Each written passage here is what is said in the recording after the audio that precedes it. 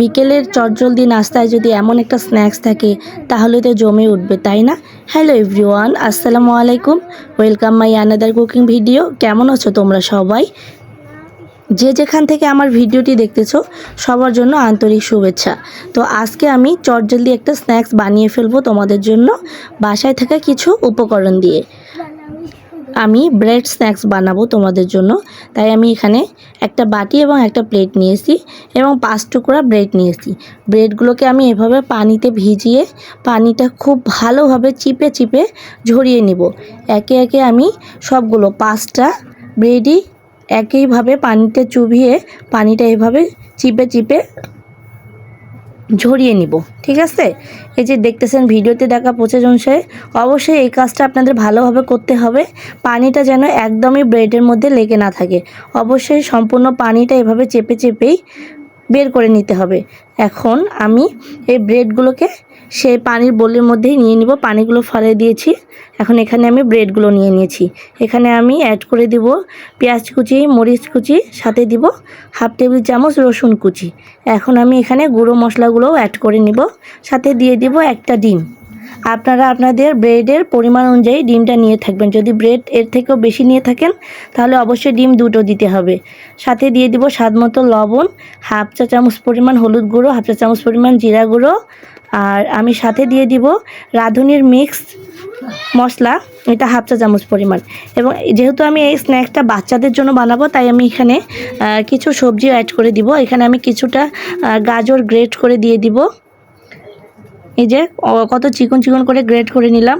এবং সাথে আমি দিয়ে দিব 2 চামচ পরিমাণ ওটস।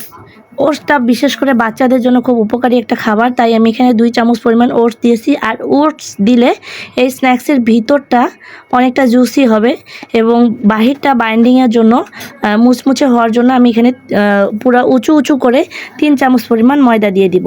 দিয়ে এগুলোকে খুব ভালোভাবে মিক্সড করে নেব। অবশ্যই ভালোভাবে আপনাদেরকে মিশিয়ে নিতে হবে। তারপরে একটা পর্যায়ে মিশিয়ে নেওয়া হয়ে গেলে আমি এখানে কিছুটা পরিমাণ সাদা তেল অ্যাড করে দিব। আপনারা চাইলে এখানে গরম তেলটা ব্যবহার করতে পারেন। গরম তেলটা ব্যবহার করলে বেশি মুসমুসে হয়ে যায়, কিন্তু আমি এখানে আপাতত সাদা তেলটাই করে নিচ্ছি।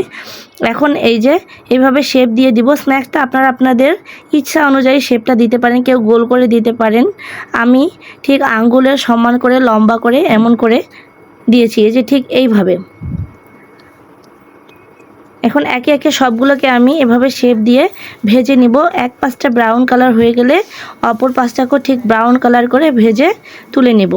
তো আজকের ভিডিওটি আপনাদের যদি ভালো লেগে থাকে, আপনাদের যদি মনে হয় যে না হেল্পফুল, তাহলে অবশ্যই লাইক কমেন্টস করে শেয়ার করে যাবেন।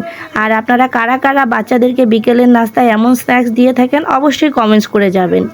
আর আমার চ্যানেলে যারা নতুন আসতেছেন অবশ্যই আমার চ্যানেলটিকে সাবস্ক্রাইব করে দিয়ে আমার পাশে থাকবেন এবং পাশে থাকা বেল আইকনটিতেও একটা ক্লিক দিয়ে দিবেন।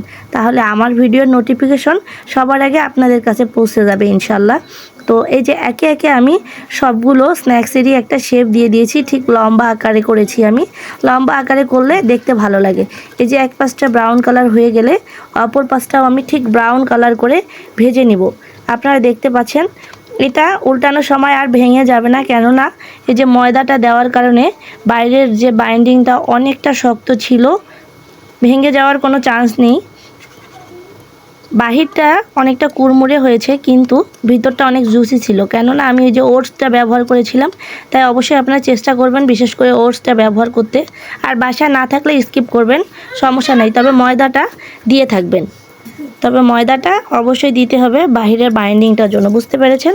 এই যে এমন একটা গোল্ডেন ব্রাউন কালার হয়ে গেলে আপনারা এই স্ন্যাক্সগুলোকে তুলে নেবেন। ঠিক একইভাবে আমি যে বাকি উপকরণটা আছে এই স্ন্যাক্সটাও ভেজে নিব। ঠিক একইভাবে আমি এগুলো একটা লম্বা আকারে শেপ দিয়ে নিব। দেখতে পাচ্ছ এই ঠিক এইভাবেই একটা লম্বা আকারে শেপ দিয়ে নিচ্ছি।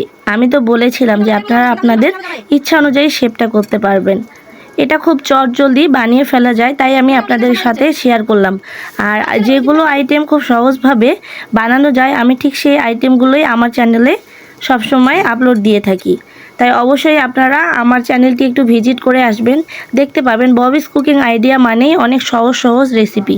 বুঝতে পেরেছেন? এই যে ঠিক এইভাবে সবগুলোই আমি দিয়ে দিব, বাকি উপকরণটা দিয়ে এক পাশটা ব্রাউন কালার হয়ে গেলে অপর পাশটা আমি উল্টিয়ে নিব। এটা একটু বেশি ডিপ ব্রাউন হয়ে গেছে, তবে এতটা ব্রাউন কালার করে ভাজবেন না, হালকা একটা ব্রাউন কালার চলে আসলে এটাকে উল্টিয়ে অপর পাশটাও ঠিক ভেজে নিয়ে আমি সবগুলোকে এখন তুলে নিব। একটা ছাঁকনির সাহায্যে তুলে নেব। অবশ্যই একটা টিস্যু পেপারের উপর নিতে হবে, তাহলে এক্সট্রা তেল যেটা থাকবে সেই টিস্যুটা শুষে নেবে। এই রেসিপিটা এত বেশি টেস্টি ছিল খেতে, একবার হলো বাসায় বানিয়ে খেতে চেষ্টা করবেন। খুব মজাদার একটা স্ন্যাক্স আইটেম, বিশেষ করে আত্মীয় স্বজন আসলে বাসায় কিংবা বাচ্চাদের বিকেলের নাস্তায় এই স্ন্যাক্সটা আপনারা রাখতে পারেন। তো সবাই ভালো থাকবেন, সুস্থ থাকবেন, আমার জন্য দোয়া করবেন। আল্লাহ হাফেজ।